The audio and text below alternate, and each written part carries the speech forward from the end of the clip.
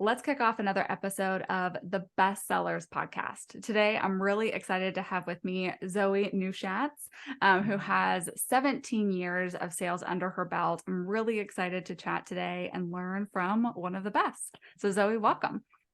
Thank you so much, Alyssa. I'm psyched to be here. Yeah, no, I'm really excited to have you. Well, let's set the stage for everyone who's joining. I'd really love for you to do just a quick intro on yourself. Tell us about you, your background, again, a little bit more about your sales journey, and help us understand where you've been. Yeah, of course. So as you said, I've been in sales for about 17 years. I've always been in SaaS, software as a sales, but I've shifted roles. I've been in business development. I've been in account management. I've been in relationship management. And today I'm a strategic account executive working on large enterprise customers. I've always been in roles where I'm working with global large enterprise customers and with the responsibility of really either breaking in and expanding them or some combination of the two.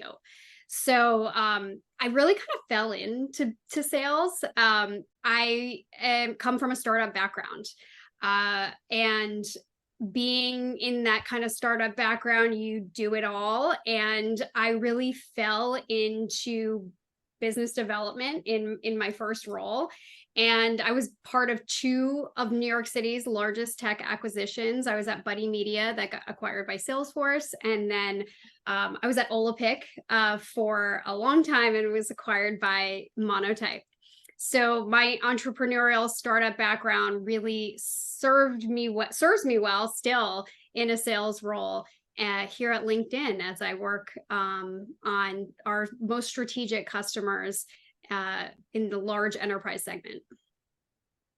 Oh man, that's amazing. It sounds like not just a long time in sales, but a long, winding, wild ride in sales through all of those different acquisitions and different types of companies. One of the things that we're doing in this podcast series as I talk to different folks is we're almost putting together a leaderboard.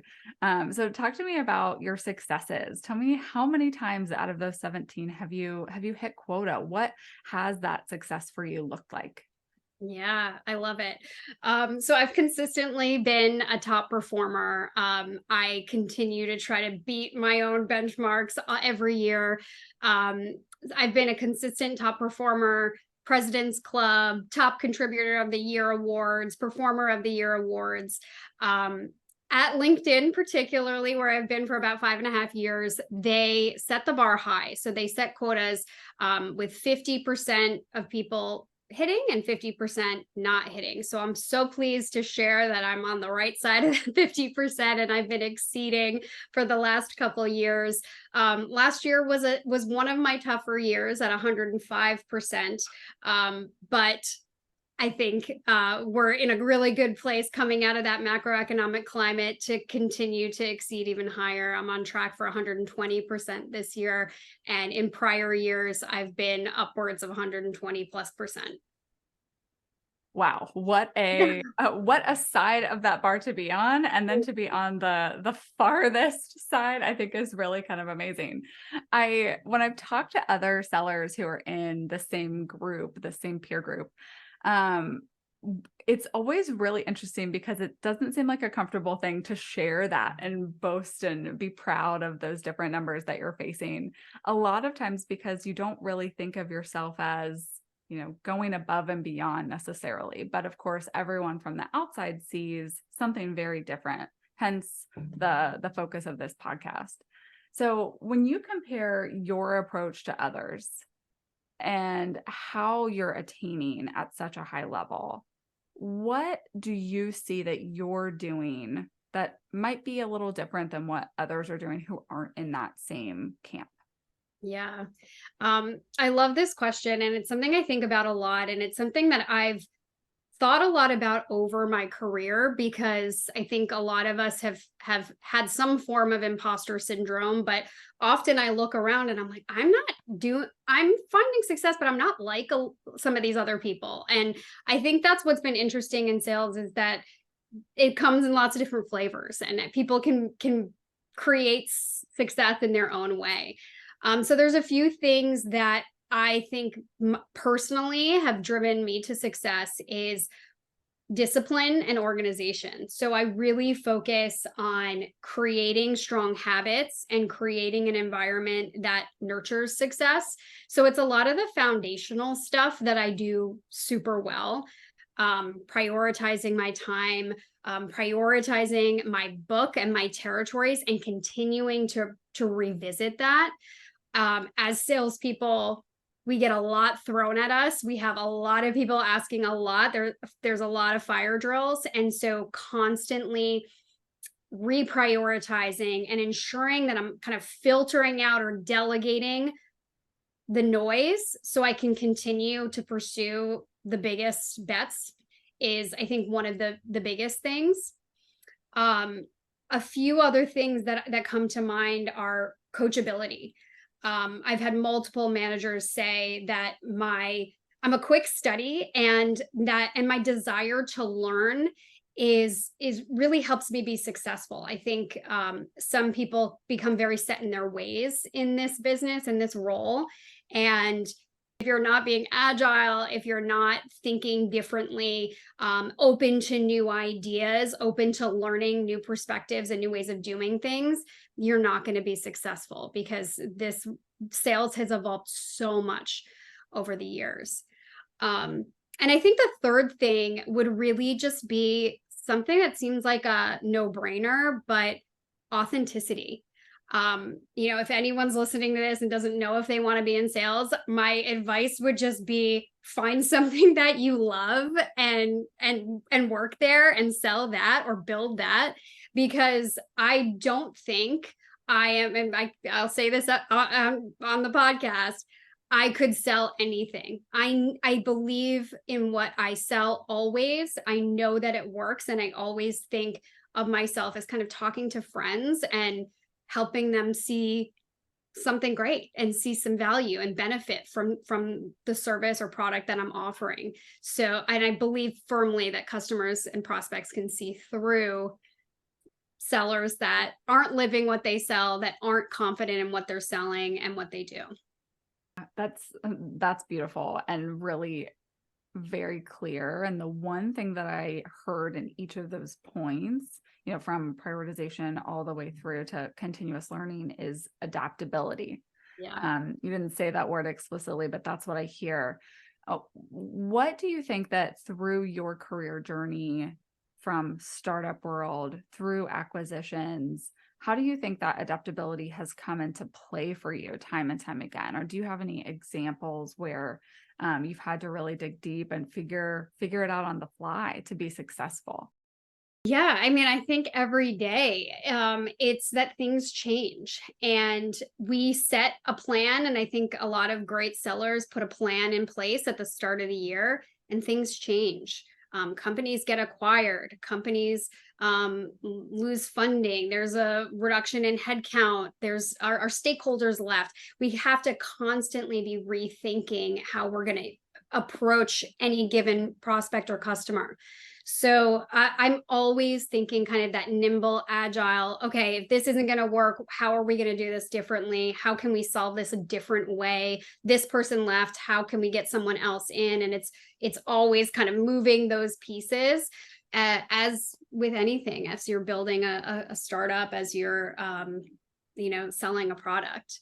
So I think that's something that has stayed with me always, is just the ability to be nimble and resilient to change. I'm always looking at my forecasting as well. So I know, again, at the beginning of the year, we always try to build our plan. How are we going to get to our number? But we have to keep looking at that plan and rerunning the numbers and thinking, okay, if this actually doesn't happen, what would that look like? So what I'm always doing is I do a kind of moonshot where I want to be. What's the best case? And then what's the worst case? If this all falls through, where am I going to be? And so when I kind of think about it that way, I can get ahead of it, and I can think, okay, if these things fall through, what's my backup? Where are my other deals going to come from? Where's that pipeline going to come from? So I don't find myself in a sticky situation. That's really fascinating. And I have a question about your forecast. And you mentioned prioritizing your customers in your book, how you're going to go after those accounts. What is your process for reviewing each of those? It's a little different for every company, of course, but what do you do within the walls of LinkedIn to look at your book and say, here's who I'm going to go after, here's the biggest opportunity, here's where, I can come back later if there's additional need or time? Yeah. Yeah. It's a great question. And again, it's a little different. I'm always love to learn from others on how they're doing it. I like to really think about it. If you think about kind of like a matrix with 4 quadrants, if you're looking at kind of the lower left, these are going to be lower value and lower likelihood to close. And then as we move along that lower matrix, on the far kind of lower right side, these would be lower size of opportunities, but high likelihood to close.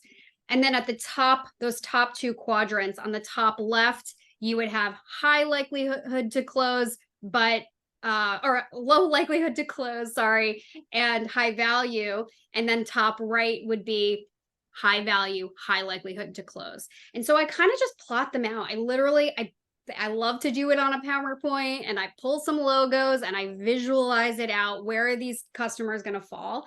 I print it out. It's on my wall behind my desk, and I'm looking at it constantly, and I iterate on it. But the idea being that top right, those are the home runs. Like those are the ones I've got to put the most time, energy into, and I have to always make sure I'm resetting to that every day. The top left, those are going to be my big bets. They're big opportunities, but they're going to take a lot of time. So I need to invest, but it's a marathon. It's not a sprint. And then on the lower right, those are the no-brainers. They're lower value, but they're great fit. Let's get them in. Let's manage our time there, though. We don't want to spend too much time because we've got some big fish to fry. And then really, I think what's most important and a big learning for me over the years is that lower left quadrant. Those are lower value and they're harder fits, but those are the ones that sometimes can take the most time. They can be time sucks. They might on the surface look like they're interested, but they'll take 20 calls with you and not move forward. They ask a lot of questions. There's a lot more risk for these organizations. And so that quadrant is really, what can I kind of back burner? What can I delegate? What can I work with my customer success team to really just kind of support in the background, and really kind of manage my time there so I can focus on the top quadrant. So long-winded way of saying I visually plot them out. I'm constantly moving them around, but it's about time management, and I visualize how I'm going to support customers in each bucket. That's a really amazing lesson. And I think listening to you, intentionality and how you're going to spend your time seems to be a really critical way for you that you're getting to that place. And it seems to be working pretty well. I'm curious with you mentioned coachability. So when you do this plotting, you're building your plan for the year, who do you run that by internally? Is that something that you go to your leadership team, your cross-functional partners, and you're talking about? Tell me a little bit about that process and how you get that feedback and iterate, to your point. Yeah, all of the above, literally all of the above. Managers, peers, cross-functional, always bring it to my customer success team. How can we collaborate on this? Does this make sense to you? Does this feel right to you? My solutions consultants that work with me on different product lines, I bring it to them. How do you feel about the product market fit for each of these customers? Would you plot it the same way? Always getting their feedback. And I know you had mentioned in a previous conversation of ours about mentors, and I always lean on peers within the organization and leaders within the organization that I admire that are finding success.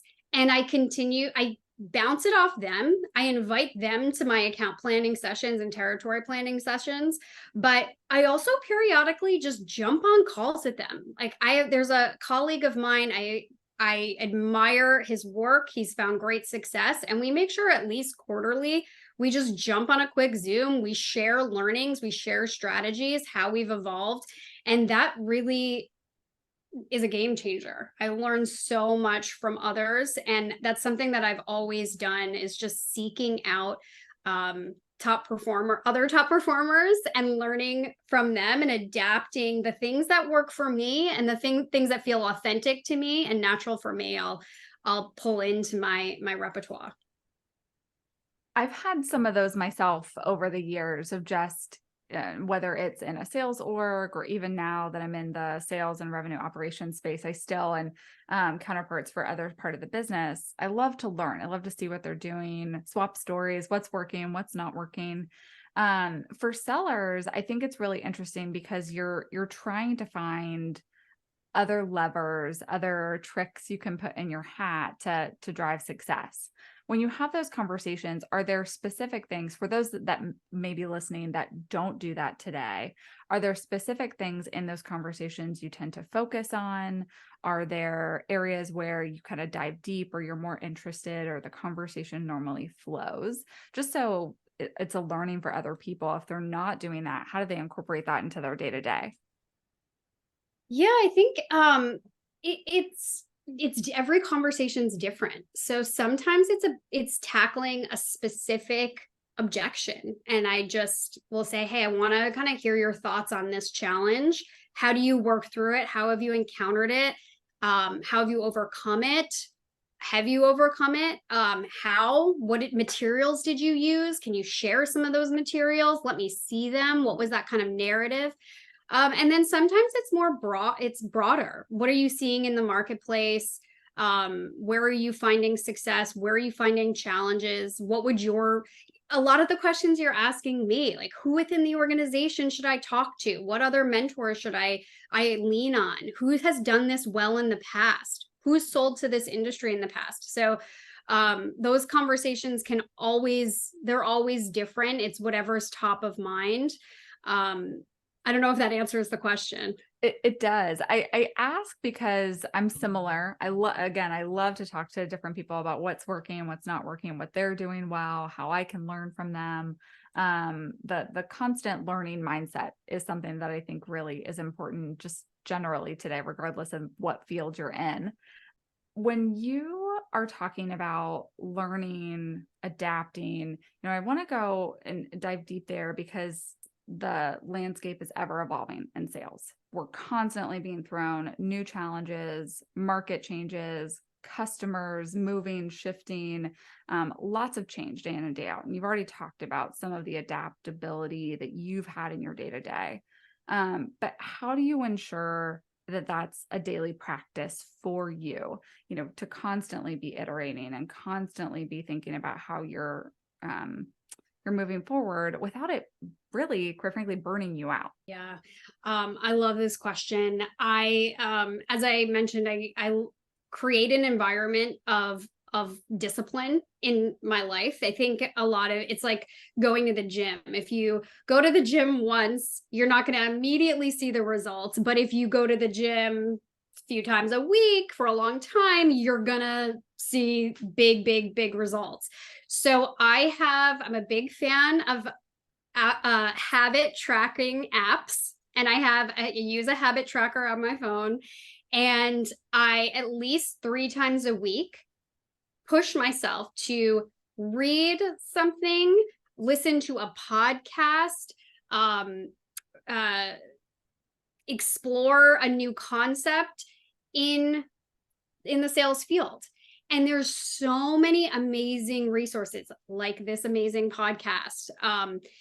There's so many amazing books. There's an incredible amount of even short form, like audio books that you can listen to. And it really makes it enjoyable. To your point of like burning out, I've done a lot of different kinds of sales trainings, and I love a lot of them. I've done force management, Sandler, Challenger. There's a lot of the different methodologies that I will incorporate depending on the circumstance. But I really like reading more almost like business slash self-help books, like James Clear's Atomic Habits. I always recommend this book because it's really about little changes and creating those habits that drive big results. And they're so enjoyable. They're so fascinating to read books like this and to read from, hear from experts on how they achieve excellence and how you can adopt some of those practices into your life. So that's one thing that I do, that kind of habit tracking. And from a tools and techniques, I think I'm always trying new things. So I've been playing a lot with video. I know that's kind of a old hat at this point, but different ways to leverage video in my customer communications. I'm going to cringe even saying this, but AI is a hot button topic right now.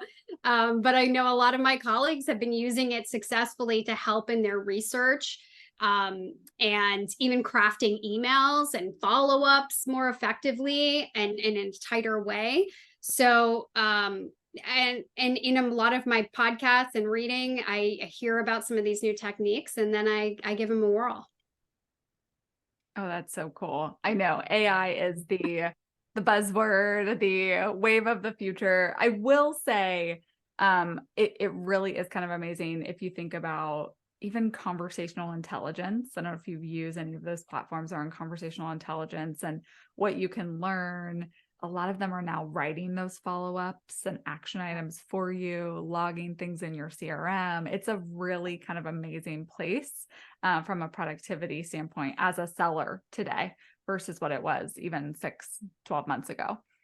Yeah, I love those conversational intelligence tools. And I also love them just from a productivity standpoint, in that I can really focus on the customer conversation without worrying about taking a million notes, and I can come back to it.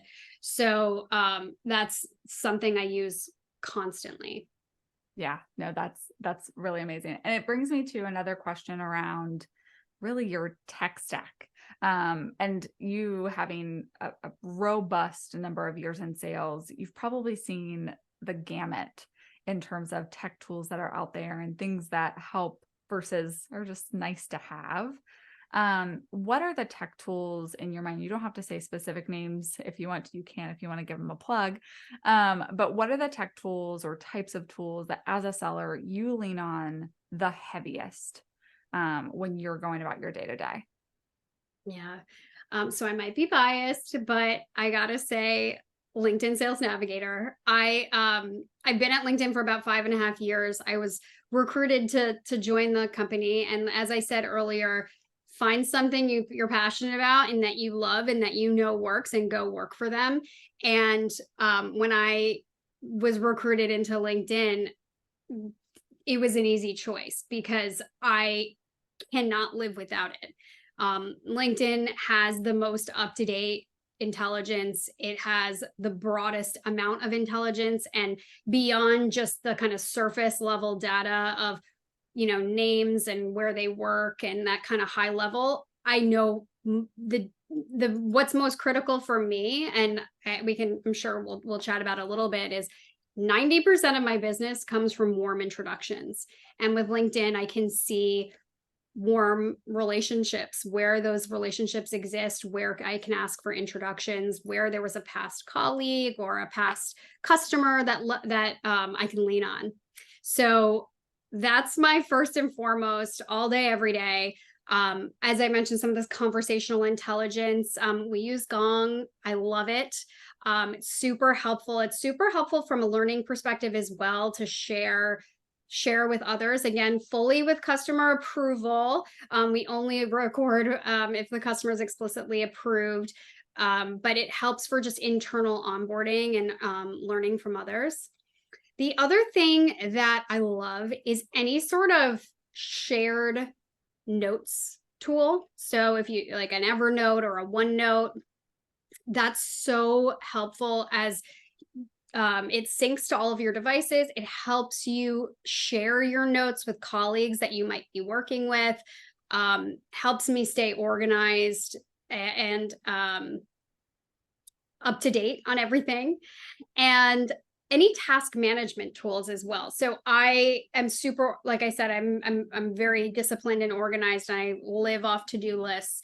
And there's a lot of great tools like Asana, Monday.com that enable you to assign tasks to peers. So when I'm outsourcing stuff on my lower quadrant of my matrix, I can assign to colleagues, and I can focus on the most urgent tasks and set myself reminders and notes within those kind of tools. So those are just a few of the things that I live in all day long.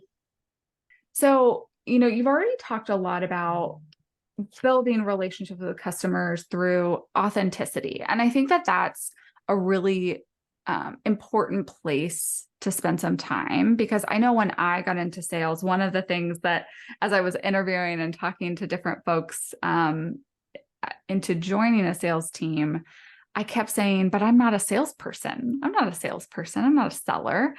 And once I got into sales, it was a really interesting learning that when I was really diving into things with my customers, when I was authentically trying to solve their problems and work on behalf of them and their businesses, I didn't feel like a salesperson. So can you tell me a little bit about your approach and how you think about that authenticity, how it comes to life, and building relationships with customers, especially through the lens of working at LinkedIn and it being all about relationships? Yeah, I'm exactly the same way, Alyssa. I wouldn't have said, I'm going to be in sales when I grow up, but I love solving problems. I love learning about new businesses and their challenges, and I love meeting new people. And I kind of fell into it. But relationships are everything. I would really say two main things. One is the foundational, do your homework. Every 2 weeks after a quarter ends, I'm on earnings calls every morning, listening to what's been going on in the market. If the customer is public, I'm looking at their earnings presentations. I'm really immersing myself in the customer's business. So I am using their language, and I know what they're focused on. I know what their priorities are. And then leveraging those learnings to get in the door through a warm introduction. And like I said earlier, I think 90% of my business comes from this. And I have so many incredible stories. One of my favorites is a record time closed a deal with a major media company when I saw that an EVP knew someone that I worked with at LinkedIn. I saw that through Sales Navigator. I asked my colleague, hey, how do you know this EVP at my prospect? This is really why they should be working with us. And he's like, get out of town. Our kids are together right now. We share a nanny. I'm calling her right now.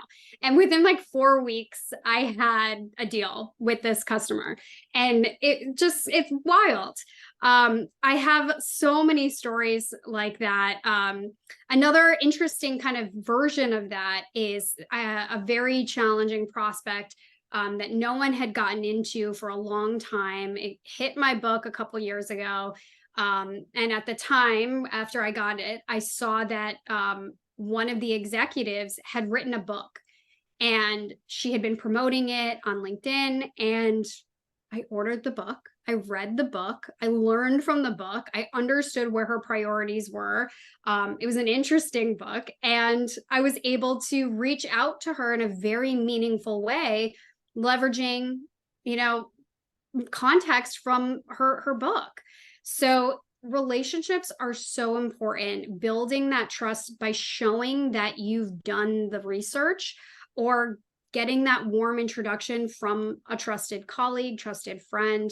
That's really, those are the two most critical steps for me in building customer relationships. Oh my gosh, that's beautiful. And took very clearly, again, I mentioned it earlier, the intentionality with how you're spending your time and how you're going after those prospects is really admirable. And I have to say, for those who are listening, in full transparency, I am your customer. You and I met because I, in a new role as a new leader, am trying to find different ways to bring efficiency for our sales team. LinkedIn Sales Navigator is one of those things on the list. And through working together with you, I saw a lot of these behaviors, that expertise, the authenticity, wanting to solve problems. And in tandem, launching this podcast and having this idea, I kept thinking, you embody everything that I have been really talking about and setting up this framework for. So it's really amazing to hear it from the other side as a seller and your expertise and how you think about it, because it shows through with customers and it doesn't come off as salesy, which I think is really important. The best sellers that I have ever seen and ever worked with, it doesn't feel like sales. It feels like, where are the problems? What are we solving? How can I help you? And that's what it seems like you're doing. You're making those connections, driving with the why. So that's really amazing to see. Yeah, I love that, Alyssa, and so thrilled we get to do this together as my customer, but also as colleagues. We've worked through this project together, and brings me to another idea and an approach that's worked really well for me is, as sellers, I think we're often trained and told, get to the decision maker, get to the leadership. I'm a big fan of groundswell, is what I call it, of speaking to people that would be using your product on the day to day and understand what their challenges are. So, for me in my role, I sell a sales productivity tool, a sales intelligence tool. And so, before coming directly to you, Alyssa, and your leaders and your colleagues, I spoke to a lot of sellers. What's going on? What's your challenge? Like, what are your challenges going to market? So, I got to learn a lot from individuals themselves of like where they're really struggling, where they could use help. So by the time you and I got on a conversation, I had spoken to a lot of users. I knew a lot of the pain points, and we could have a really meaningful strategic discussion. I wasn't just demoing and pitching at you, but having a meaningful discussion of what are you trying to accomplish? And these are some of the things I've heard. And how do you feel about this? How are we solving this together? See, and that's fascinating to me because from my perspective, that's a value add, right? I have not that much time in a day. You're doing all that work on behalf of me as well as other customers to learn and really invest in my business, work on behalf of my business.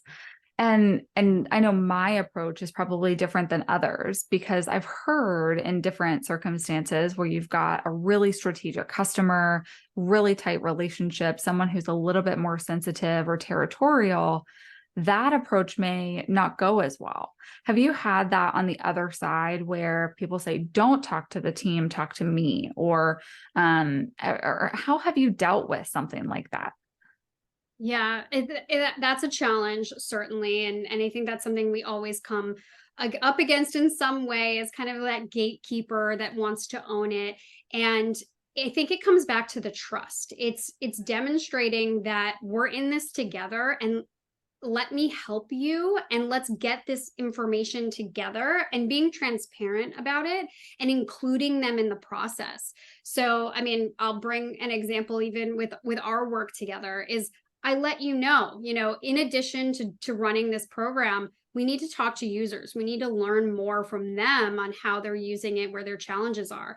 I'll include you in those calls if you'd like, and I'll record those calls and I'll share them with you. But this is something that we're going to do. And in this case, it was well received. You let me go and let me go run with it. But in some other cases, that's not always the case. And that's really where I need to learn a little bit more. Why do they want to keep it tight? There must be some piece. I haven't earned the trust yet to go there. And that's something you have to work to overcome, of understanding where the hesitancy is, where there's a misunderstanding, why they might be skeptical of me doing that, and try to resolve that before I go and upset the apple cart. But I will maintain it's critical. It's necessary for us to make create relationships up and down the organization, everyone from the decision maker to the people that are using it on the day to day, in order to have a healthy partnership. That makes complete sense. And I wonder, do you ever lean on your internal teams to help you with either that customer experience, or the internal things that you're working on? Just really interested to understand a little bit more about that internal relationship with all this work that you're doing and all the time you're investing to go deep. How does that team behind you help you to accomplish the things that you're doing? Yeah, great question. So I'll back up a little bit, and I'm talking a lot about how I go deep into this research, but a lot of this intelligence, it's available at your fingertips. It's again, for me, I go in Navigator, I know my customers, I look up where I have more warm relationships, and I'll reach out directly. I'll ask for a warm intro. So I'll put a 15-minute call on people's calendars. So you can do this pretty efficiently and effectively, and it doesn't have to take a ton of time. But you bring up a great point of, I can't do it all alone. And to your earlier question around objections and people kind of gatekeeping, bringing in cross-functional partners and subject matter expertise, excuse me, stop, reset. Bringing in subject matter experts really changes the game and builds trust. So if I'm having a challenge with any prospect or customer, and they're resistant to letting me speak to anyone else at the organization, I'm a salesperson at the end of the day. If I can bring in a solutions consultant or implementations consultant or an insights analyst to share some more contextual intelligence of why and how we're bringing value to the customer, it builds trust, and there will be more open to opening up the gates for us. And so I certainly lean on that a lot. It helps our partners understand our commitments to them as extensions of their team, that we're bringing these resources to the table. We want to ensure that they're receiving the most value from their investment, and really ensures that we can hit the ground running with the customer once they come on board with us. So investing that time and bringing in others so they can hear from non-sales people definitely can change the tone of a relationship and build trust quickly. Yeah. And do you think that that is the approach that you lean on primarily when you're facing objections? Do you feel like it is because, they don't like the product, they don't see the value in the product, they think I'm a salesperson, I'm going to bring an additional support? Or are there other things that you typically lean on to face and handle objections? I know it's kind of a wide question. They can come from a lot of places, but just curious on your approach there.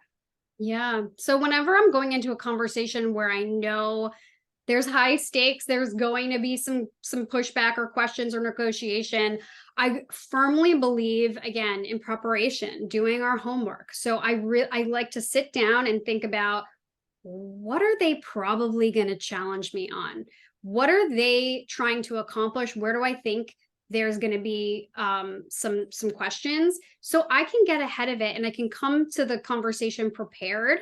So if it's a misunderstanding on something, I can come with clarification.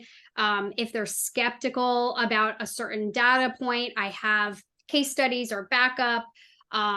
If it's a technical limitation or requirement that I might anticipate they'll have a question on, I make sure that I try, and when I can, to get those answers in advance. And so again, it depends on where the objection's coming from, and it's getting to the root cause of what is that objection. So a big piece is, for me, is listening and hearing what they have to say. And then something I find success that really helps me and has been successful is kind of labeling it. So a customer will come and say, whatever their objection is. And then if you rephrase it and you say, hey, well, let me just repeat that and make sure that I understand. It sounds like you're not seeing value in XYZ. And when you rephrase it and kind of label it, you're not seeing value, or it sounds like you're going to have challenges implementing this. They might stop and say, wait, no, actually, that's not the case. It's really XYZ. Or, yeah, I actually am really not seeing the value in that component. And then I can kind of say, tell me more. How are you not seeing the value? So that kind of repeating back and labeling it, to you can usually pull out a little bit more from them and understand, again, the kind of root cause, root issue. And that's where I can really know how I'm going to tackle it.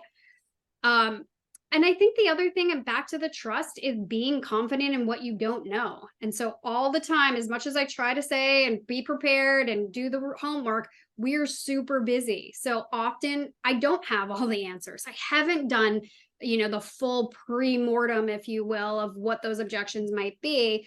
And, it's okay to say, I have to talk to my engineering team. I'll get back to you. Or, great question, I'll revert, and own that. So yeah, I think there's a lot of different approaches to objections, but preparing as much as possible and then really trying to dig in and understand the root cause before you try to tackle it. Because I think most of us, our knee-jerk reaction is to try to fight back, and that never works. Yeah. And to your very last point, you're admitting that you're a human being, which is kind of a taboo thing to do. And for some salespeople, that they don't know everything. They aren't 100%, all knowing. So it's really amazing to hear that that's a part of your practice, because I think people really respond to that. Like, oh, you don't know every single thing about every single thing. However, you still have all this expertise and you still know, and you're still willing to help me and figure it out. I think that that's a really amazing thing to have in your practice. I want to ask a question. You mentioned mentoring as a big part of your sales journey, not just with leadership, but cross-functional partners, other sellers that you see doing things well.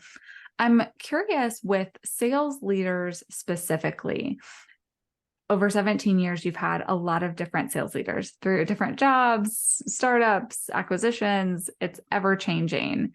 Has there ever been a situation where you've disagreed with an approach from leadership and you've had to explain explain your methodology, essentially, of why you're planning to go one way versus another? And what did you learn from that experience?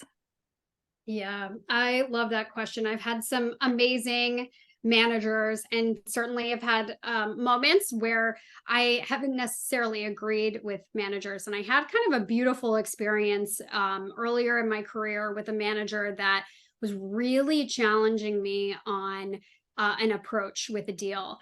And I got defensive. I had done my work. I knew the right direction to go for the customer, and I was annoyed, and I made that known in a nice way, professional way. But my manager said to me, his job is to poke holes. And he described my deals as my bubbles. So I had a bubble, and he was going to try to pop the bubble and poke holes and really test how strong it was. And he said, don't let me pop it. Make sure you know your stuff. Don't let me pop it. And with this deal in particular, he's like, I can't pop it. You know what you're doing. I can't pop your bubble. So that stays with me, is I want to make sure that I really know I've strengthened my deal, I've strengthened my bubble, and that I can't let anyone pop it. So that was really good piece of advice. And just something I remember is if you've done your homework and you understand your customer and you know how the value that you're going to bring to them, my manager let me stick to it and trusted me to stick through it. And I earned the right to own my own success. It's a gift when you have great sales leaders who know, especially for top sellers, top performers, how to motivate. And sometimes it is that pressure testing, is what I've heard it called as well. So that's really beautiful. So if you think back on your sales career, sales journey, is there anything that you wish you knew when you started I think something I've kind of gotten at earlier in the podcast is you don't have to do it alone. I think early on, especially in my startup days, I was a very lone wolf. I felt like I needed to, that they hired me to go sell and I needed to go execute and I need to go close and I need to go build this thing on my own. And I still have to check myself on that. I still, again, am through my prioritization and my notes on my wall of keeping myself in line and focusing on what matters most and leaning on cross functionals, leaning on partners. It's a team sport. That's something that I wish I knew and adopted earlier in my career, because especially as you get on and take on more complex customers, you can't do it all on your own. You can't do it well, and you can't serve your customers in the best way if you're trying to do it all on your own. That's really fascinating. Do you think too, being at LinkedIn and having such a social focus has impacted that too, even more so? Yeah, I think we are lucky in that, of course, relationships matter. We're all about that. We're also very well supported with so many experts and insights teams that we can bring into these conversations, certainly. But even if it's just having a peer, my peers talk about this all the time, like strength in numbers, having someone else come in the conversation to hear things a little bit differently, pulling your manager into conversations so you can brainstorm together and you can have a point of escalation. So even if if you're not incredibly well resourced as a team or as an organization, pulling in a colleague can also be really helpful to just have another voice in the room and have another set of ears. Mm-hmm.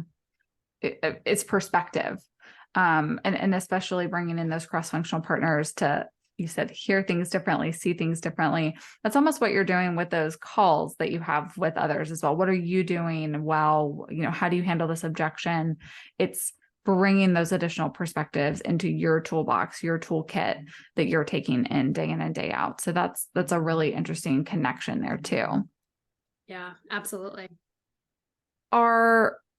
When you think about moving forward, so you looked back, when you look forward, is there something that you're working on today or you're thinking about in terms of a skill, a capability, a strategy that you're trying to learn or master to continue to evolve, continue to improve your sales practice?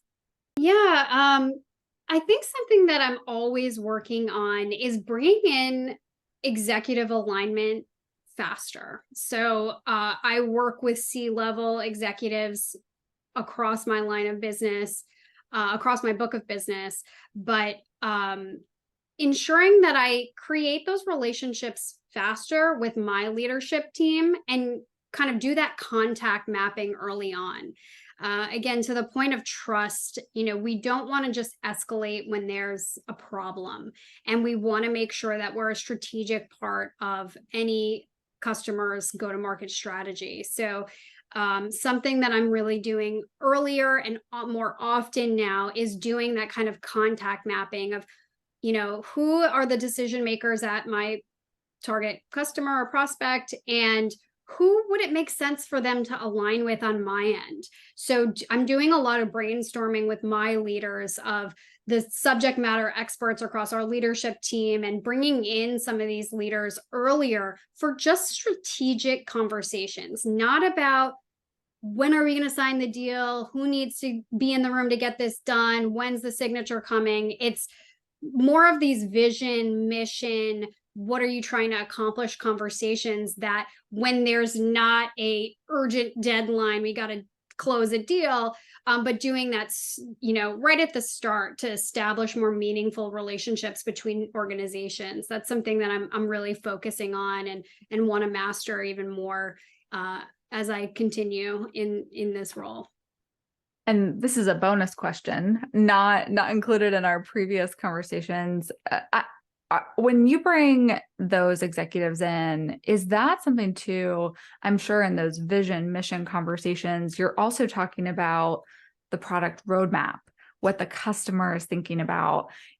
I'm sure a lot of those conversations spawn really creative ideas.